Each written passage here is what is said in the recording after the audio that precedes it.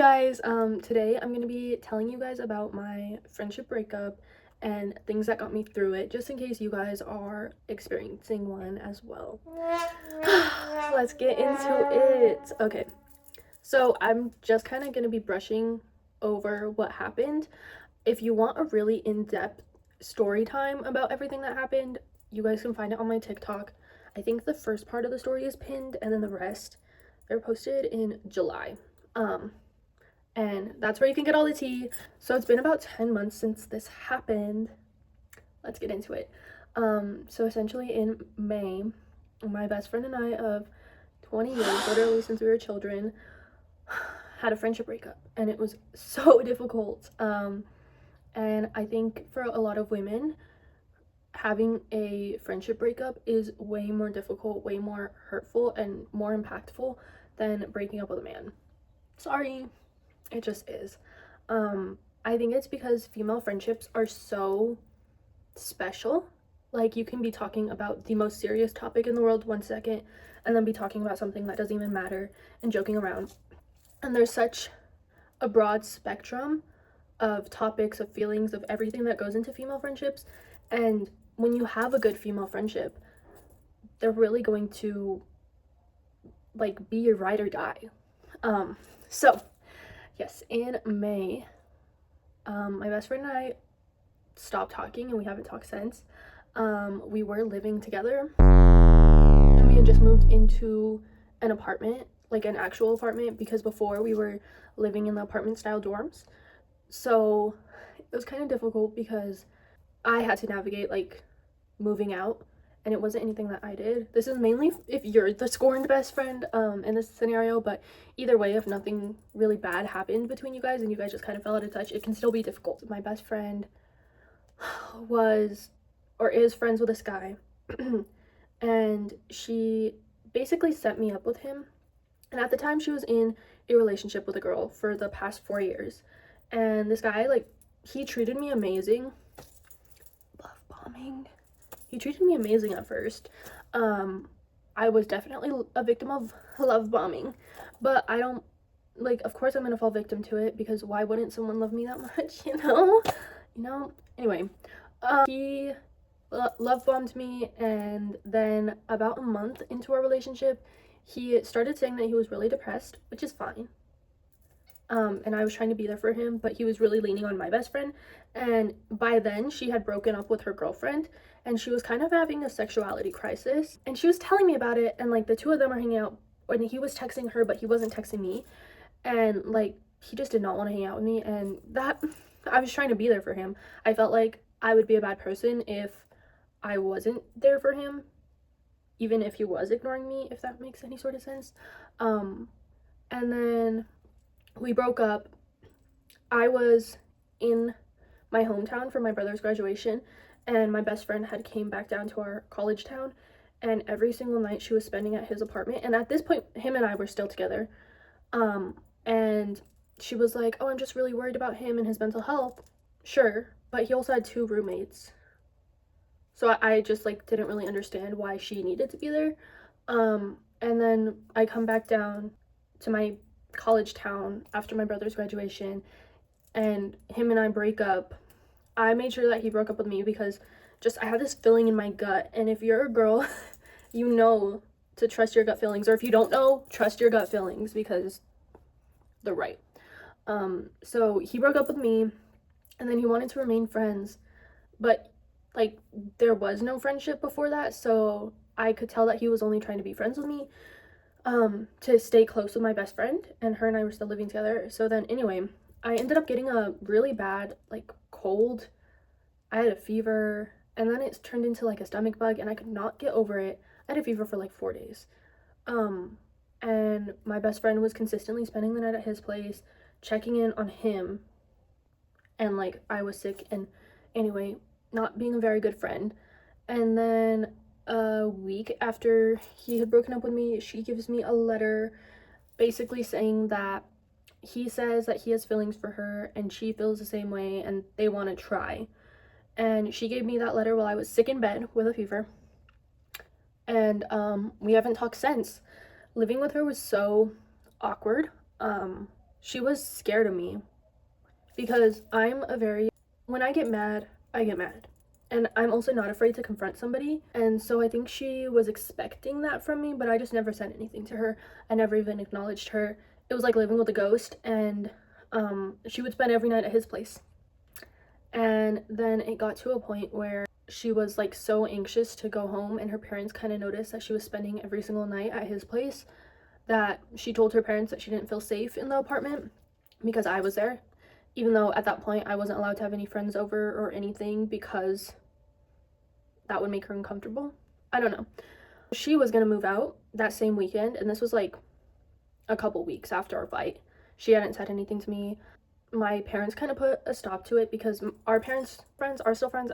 I don't really know. They just like don't really tell. My parents don't talk about them or anything. My parents kind of had to tell her parents, like, no, she can't just move out. Like, Jules needs to find a roommate because it was a 2-bedroom apartment. And if you know nothing about apartments, they're not cheap. And 2 bedrooms, I think what we got was really cheap. I think it was only like 600, maybe 700 per each of us.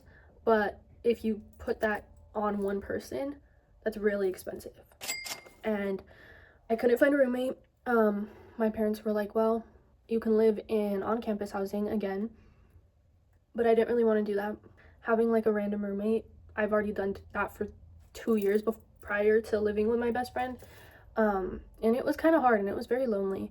So then my parents continued to look. Meanwhile, I was doing a summer semester to get ahead in school, and they continued to look for apartments. And then I got this apartment, and I live alone, and I love it. All that to say, at the time, I was very angry. I was also hurt because this girl was like my person since we were kids. And the fact that she like never apologized, she never tried to make it up to me, she never even tried to communicate with me directly, like talk things out, really hurt. And I was more angry than anything. Ultimately, now 8 months later ish, I think that all that had to happen in order for me to be where I am today and how content I am with my life. And also, I feel like that had to happen in order to have the friends that I have now today. So that was what happened over the summer, but it was really beneficial because I got to connect with a lot of people that maybe we kind of fell out of contact or we weren't as close as we are now. Also, my nursing friends literally got me through that. They were there for me every single day. And even my professors, like my clinical professor, she was there for me, my whole clinical group over the summer. Like, everyone was on my side. It was truly validating, having people that told me that what I was feeling was natural. And they were surprised that I wasn't more angry, but I was pretty angry. So having those people in your corner to go to like give updates, to be like, oh, I'm so angry, and they'll listen and they'll give you revenge ideas, like those people really helped me throughout the whole entire summer. And then I think the biggest thing that helped me in moving on was moving out. And I know that that's not something that everyone can accomplish, especially if you're in an apartment and you have a lease and you signed a lease with someone, because that's really hard to get out of. It's like the thing that started kickstarting my healing process. For me, if I were to give anyone advice on how to handle a friendship breakup, let yourself feel all of your feelings. Let yourself be angry. Let yourself be sad. Like, you can cry about it. One thing that really helped me was I kept a journal. I still have it, but when I was going through my really hard, tough feelings, I would just write about it. And now looking back at it, I'm like, wow, that's kind of dramatic. Or I can see the points where I started to put pieces together, and I was like, I think this is happening, but I want to trust my best friend in what she's telling me. Like, I did not want to believe that she could betray me in that way.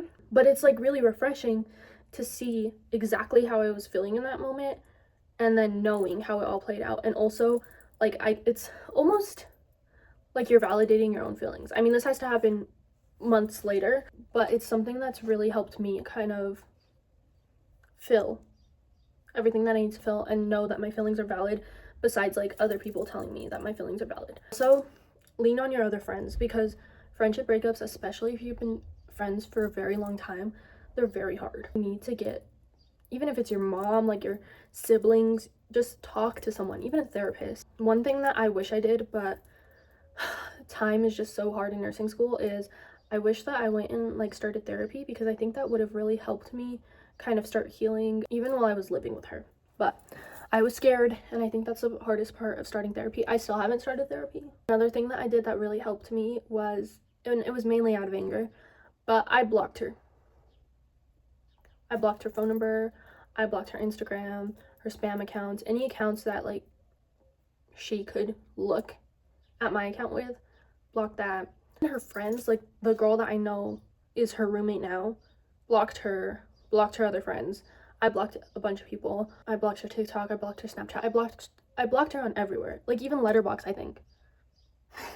Because the one thing that you can really control is how much access you let that person have to your life. I also didn't want to have access to her, if that makes any sort of sense, because it would hurt me more for me to see the pictures of her and this guy and be reminded of the situation over and over and over than it would for me just never to see her again. Another thing that I did, and this will kind of depend on how your best friend is and whether or not you live with them, but for me, I knew that she's a very anxious person. So knowing her, she would expect me to lash out, to do something crazy, to scream at her, to even throw a punch. And deep down inside of me, I had to stop myself from throwing a punch every time I saw her stupid face. It would be ultimately worse for her, for me to not react to her, to not talk to her, to not throw a punch, to not scream at her. And by not reacting to her, she would feel more anxious in the long run. And that's what ended up happening. And it got to a point where she was so anxious all the time because she was walking on eggshells around me, even though I wasn't going to do anything because I had already made that conscious decision, that like I ended up having to move out, or like one of us was going to have to end up moving out. Know your best friend and do something that maybe they don't 100% expect. Recently, I think it was like last week, 2 weeks ago, I obviously started posting on here again, and I was looking at my old YouTube videos and watching them, and in all those older videos from a year and a half, almost 2 years ago, her and I were together going to concerts, we were apartment shopping, we were so excited to live together. And seeing that part of our friendship, that part that I knew, like that's the girl that I knew and who I thought I was friends with, just for her to completely like betray my trust and, I don't know, not have the morals that I thought she did. It was really hard to see. It was very hard to see, and I kind of got sad, and I wanted to reach out, or at least unblock her, to see if she had sent me any messages.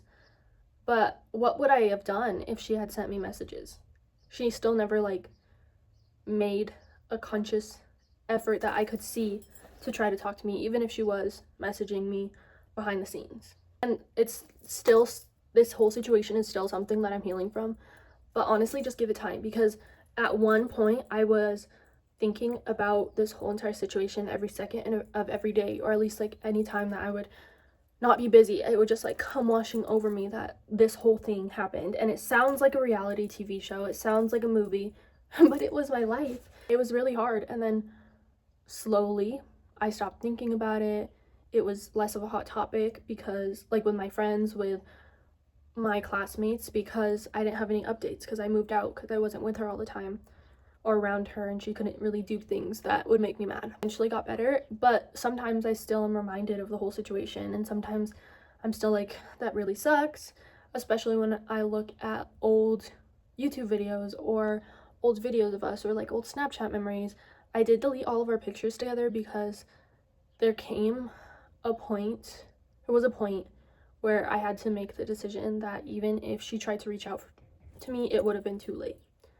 And there was no way that we could redeem our friendship and have it return to the way it once was, because I would never fully be able to trust her and be able to trust that she wouldn't do something like that again to me. And that was really difficult. But once I made that decision, I had to get rid of any and all pictures of us, because even scrolling through the pictures was hard. That's all I have for advice. Yeah. I don't know, I'm really happy right now. Content with life. I love my friends. If I had talked about this probably back in July, I would have been way more angry. But I've healed. I've moved on for the most part. Sometimes it still stings, but it's not as bad as it once was. Anyways, that's all for today's YouTube video. Thank you so much for watching. And if you're going through a friendship breakup or any type of breakup where things are just hard, I promise it'll get better. And if you're watching this, I'm sending you so much love. Bye.